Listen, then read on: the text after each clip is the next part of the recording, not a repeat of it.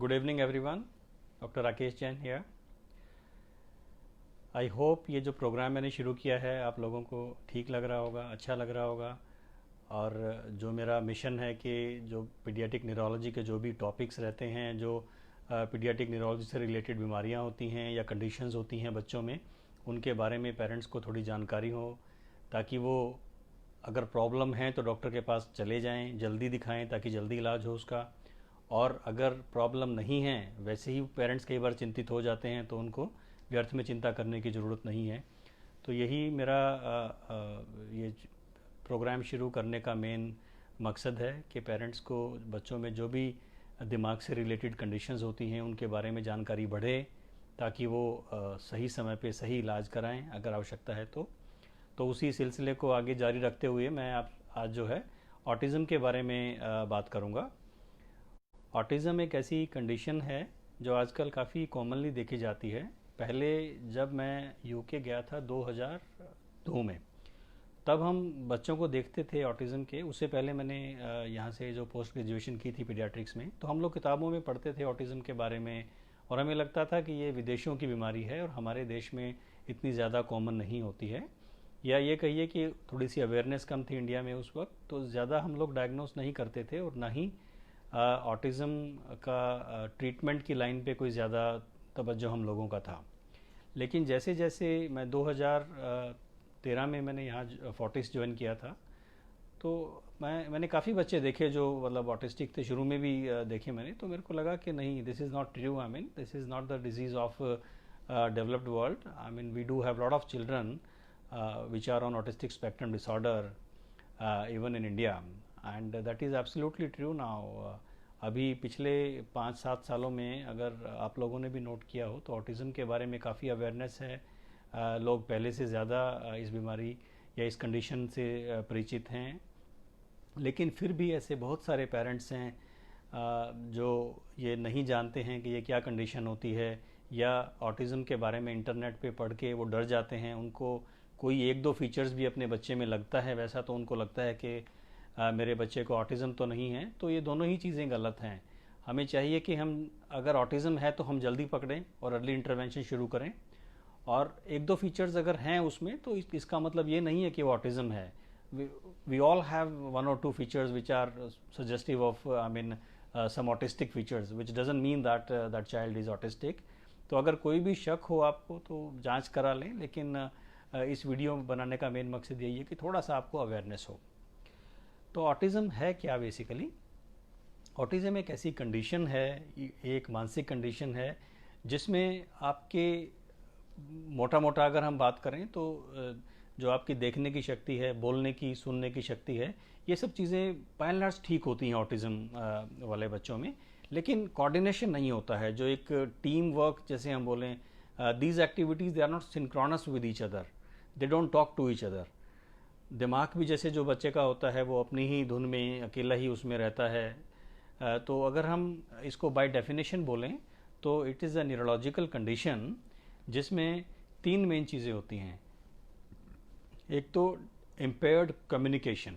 Communication दोनों तरीके से होता है, verbal communication, non verbal communication, emotional communication. Detail में थोड़ा सा हम बताएंगे. तो एक तो डिलेड और लैक ऑफ कम्युनिकेशन होता है, लैक ऑफ रेसिप्रोकेसिटी.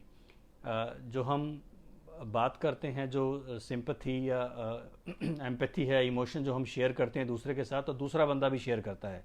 अगर हम खुश होते हैं तो दूसरा सामने वाला बंदा भी हमें देख के खुश होता है. हम हंसते हैं तो वो भी हंसता है. या हमें कई बार गुस्सा आता है तो सामने वाले आदमी को भी समझ में आ जाता है कि ये गुस्सा है, तो उसके हिसाब से उसके फेशियल एक्सप्रेशन चेंज हो जाते हैं. लेकिन जो बच्चे हमारे स्पेक्ट्रम पे होते हैं वो उतना उसको रेसिप्रोकेट नहीं कर पाते हैं. तो एक चीज़ है लैक ऑफ कम्युनिकेशन, दूसरा रेसिप्रोकेट नहीं कर पाते हैं, इमेजिन नहीं कर पाते हैं चीज़ों को, और तीसरा एक उनमें कुछ स्टीरियोटिपिक मूवमेंट्स होती हैं, जैसे हैंड फ्लैपिंग है या एक पर्टिकुलर टाइप की हैंड मूवमेंट्स है, फेस के सामने ले जाते हैं, कुछ तिरछे होके जैसे कई बार टीवी को देखते हैं, तो इनको बोलते हैं stereotypic movements. They can be of any types. तो ये 3 मेन चीज़ें होती हैं. अब थोड़ा सा इनको डिटेल में हम जानेंगे कितनी जल्दी हम इन चीज़ों को पकड़ सकते हैं. और ये जो वीडियो मैं बना रहा हूँ ये मेनली उन पेरेंट्स के लिए हैं जो इस कस्प पे बैठे हुए हैं कि बच्चे में कोई दिक्कत तो नहीं है, स्पेक्ट्रम पे है नहीं है, ये उन पेरेंट्स, उतना डिटेल में इसको आज नहीं हम चर्चा करेंगे कि ऑटिज्म की थेरेपीज़ क्या हैं, कौन सी थेरेपी का रोल है, डाइट एक्सक्लूजन करनी चाहिए, स्टेम सेल या फलाना बहुत सारे सप्लीमेंट्स आते हैं, तो उनके बारे में डिटेल में हम दूसरी वीडियो में चर्चा करेंगे। आज मैं सिर्फ कुछ फीचर्स के बारे में डिस्कस करना चाहता हूं कि कौन से फीचर हैं, किस किस बातों का हमें ध्यान रखना चाहिए और हमें डॉक्टरी सलाह लेनी चाहिए अगर वैसा हमें लगता है। तो जो स्पेक्ट्रम के बच्चे होते हैं कई बार वो कोई फीचर्स नहीं दिखा पाते हैं, हमें साल भर के बाद ही समझ में आता है जब बच्चा बोलना शुरू नहीं करता है। That is the main feature, वो सब लोग पहचान लेते हैं, क्योंकि बच्चा जब 1 साल की उम्र क्रॉस कर देता है तो अमूमन मोस्टली बच्चों को कुछ शब्द, मीनिंगफुल वर्ड उनको आते हैं, पापा, मामा, पानी, इन सब चीज़ों के बारे में पता होता है। और ख़ास तौर पे जब आप पीयर से कंपैरिजन करते हैं कि आपके फ्रेंड का बच्चा है, वो 1 साल का है, वो 3-4 शब्द या 10 शब्द बोल लेता है, लेकिन आपका बच्चा 1.5 साल का हो गया, इसने भी बोलना ही शुरू नहीं किया है, तो पेरेंट्स के दिमाग में वो सबसे पहले स्ट्राइक करता है कि इसने बोलना शुरू नहीं किया है बच्चे ने अभी तक। तो this is the main thing. लेकिन उससे पहले हम क्या पकड़ सकते हैं बच्चों में? जैसे मैंने बोला था कि कम्युनिकेशन इम्पेयर होती है इनमें। कम्युनिकेशन इमोशनल भी हो सकती है। इमोशनल का मतलब क्या है? बच्चा अपने आप में ही रहता है, he does not seek any emotional comfort from parents. वो रोएगा अपनी मस्ती में ही, हंसेगा, रोएगा, अपने हिसाब से ही काम करेगा, उसको दूसरे से ज़्यादा कोई लेना देना नहीं होता है। और ना ही जैसे बच्चे, छोटे बच्चे क्या होते हैं, 1-1.5 साल का बच्चा है मान लीजिए, उसको कोई भी चोट लगी है तो जाके पेरेंट्स के पास रोता है, पेरेंट्स के पास जाएगा, ही विल सीक हगिंग और cuddling, he will seek comfort. लेकिन ये बच्चे आमतौर पे थोड़ा सा वो रो के अपने आप ही इरिटेट होगा और ही मे नॉट सीक कंफर्ट। दूसरा, अब ये बच्चे अगर खुश होते हैं, कोई चीज़ नहीं मिल जाती है तो जाके दिखाते हैं पेरेंट्स को कि हाँ ये देखो ये मेरे को मिली है, पेरेंट्स हंसेंगे या रिएक्ट करेंगे। लेकिन जो बच्चे स्पेक्ट्रम पे होते हैं उनको बहुत ज़्यादा फ़र्क नहीं पड़ता है, उनको नई चीज़ मिल भी जाती है तो दे में पुट इन द माउथ, दे में थ्रो इट अवे, और उसको या अपने आप ही एक्सप्लोर करके छोड़ देते हैं। वो इस बात को बॉदर नहीं करते हैं कि ये किसी को दिखाने चाहिए या हमें अप्रिसिएशन की ज़रूरत है। तो वो कंप्लीट एक गैप होता है इमोशंस में भी। आप अगर गुस्सा हो, आप खुश हो, तो इससे भी बहुत ज़्यादा लेना देना उनको नहीं होता है। और जो भी सिम्टम मैं आपको बता रहा हूँ इसका मतलब 100% नहीं होता है, क्योंकि कई पेरेंट्स बोलते हैं कि नहीं ऐसा नहीं है, अगर ये रोता है तो हमारे पास आ जाता है। तो ये सारे symptoms they are not 100%, but you have to compare with other peers कि उनके कंपैरिजन में कैसा है। और मोर देन 50% केसेस में जो मैं बोल रहा हूँ अगर वो ठीक है तो you should be concerned about the child and you seek some advice. Speech के बारे में, जैसे 1 साल पे बच्चा एटलीस्ट एक मीनिंगफुल वर्ड बोलना शुरू कर देता है।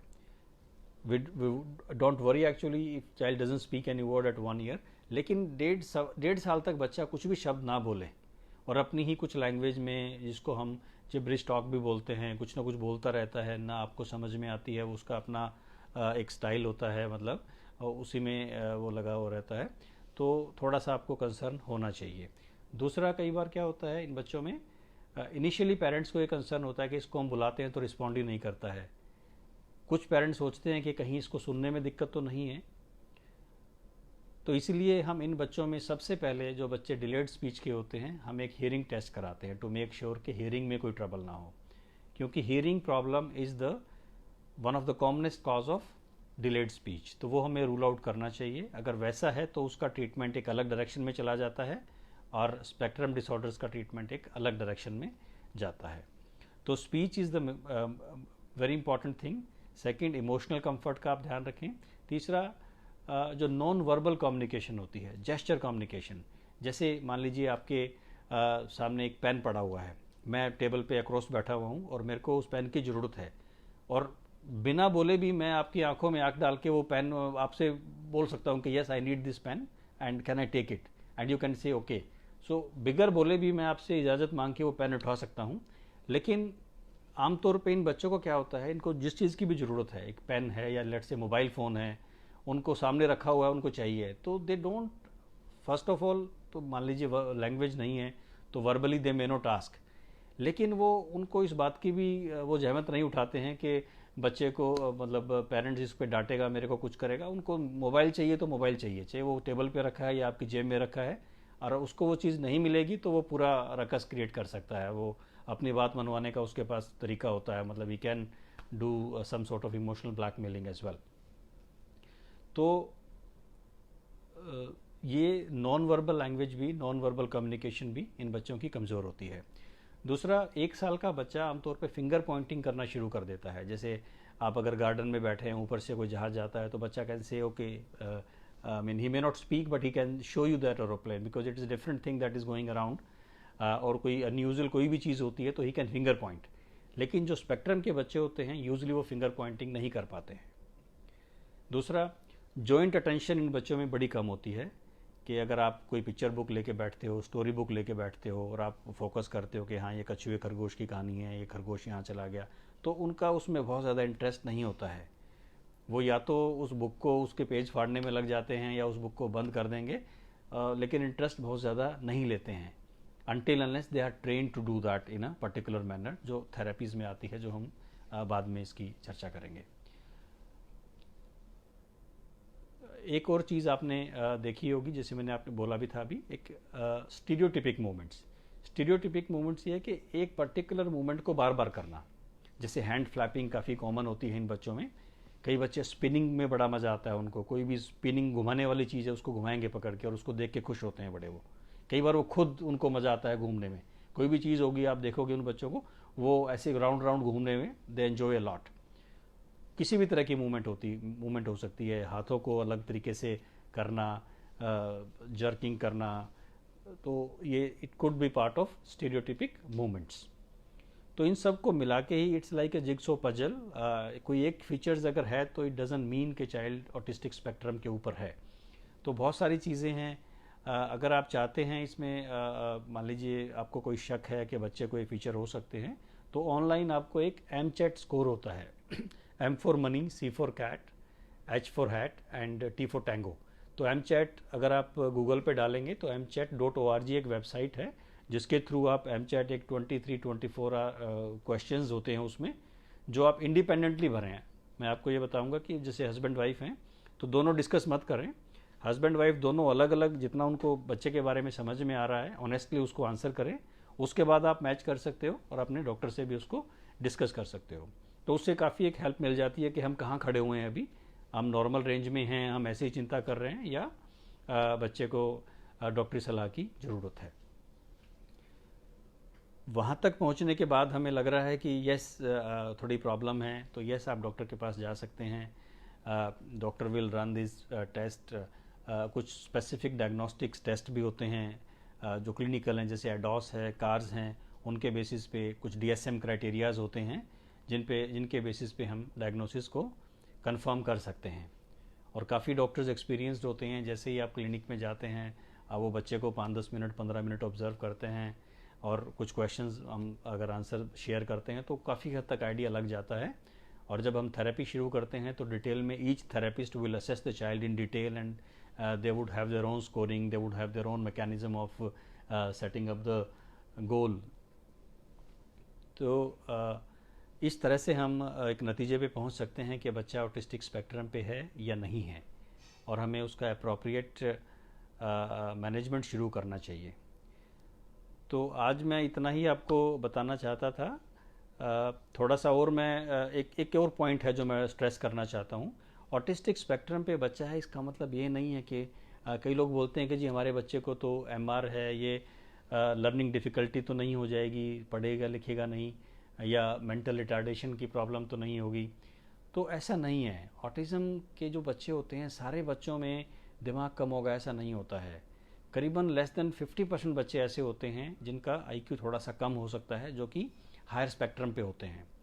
आमतौर पे जो 50% बच्चे ऑटिज्म के होते हैं, they are intellectually they are fine, और कई बच्चे तो इवन हाइपर इंटेलिजेंट होते हैं, they are more intelligent than the other people, they are very good at computers, they are very good at mobile phones, and they could become very good engineers actually if they are provided with good opportunities.